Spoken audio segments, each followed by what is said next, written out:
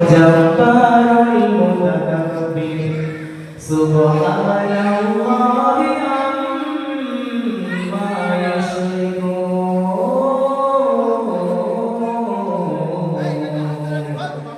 হুয়াল্লাহুল খালিকুল বারিউল মুসাওwir লাহুল আসমাউল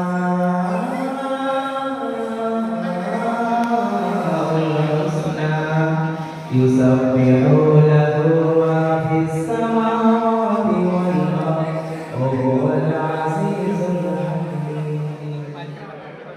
মহান রব্বুল আলামিনের পর অসংখ্য শুকরিয়া, আলহামদুলিল্লাহ। তারপরে পরে জানাই যে নবীগণ সৃষ্টি করলেন মহান রব্বুল আলামিন।